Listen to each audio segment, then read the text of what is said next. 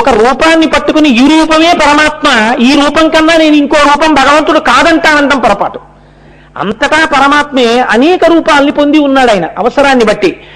ఈ రూపం మీకు ఎంతవరకు పనికొస్తుంది? మీ మనస్సు పెట్టడం వరకు పనికొస్తుంది. ఒక పంచదార బొమ్మ లేదా ఒక ఉప్పు బొమ్మ సముద్రపు యొక్క లోతు తెలుసుకుందామని సముద్రంలోకి ప్రవేశించి ప్రయాణం మొదలుపెట్టింది. అది సముద్రపు తడుగుకి చేరే లోపల సముద్రములో అంతర్భాగమై కరిగిపోయింది.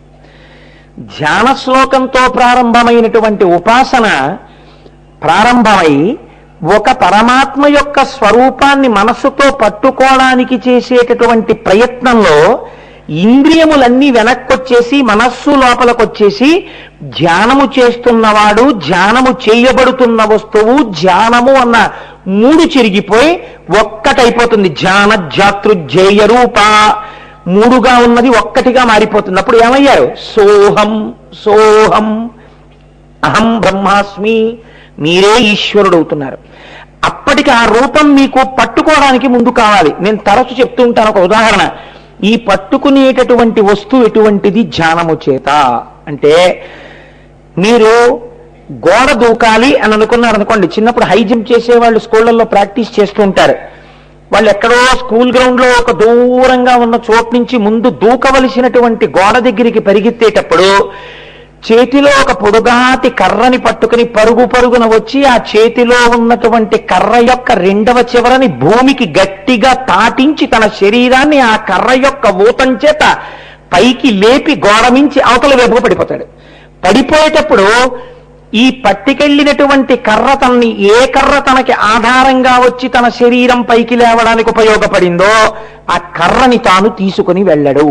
కర్రని ఇటు పడేసి తానటు దూకేస్తాడు.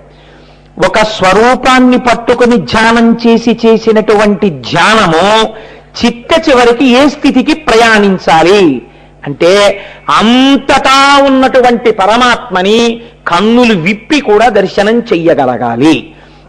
అప్పుడు ఏమవుతుంది? నమచ్చోరాయిచ శిష్ప్యాయిచ ఫేన్యాయిచ శికత్యాయిచ విద్యుచ్చాయిచ ప్రవాహ్యాయిచ మేఘ్యాయిచ, ఎక్కడ చూసినా మీకు ఈశ్వరుడే కనపడుతుంటాడు. ఈ స్థితిని పొందడం కోసం, విశ్వమునందు విశ్వనాథుణ్ణి దర్శనం చెయ్యడం కోసం మీకు సాకారమైనటువంటి ఉపాసన ప్రారంభమైంది.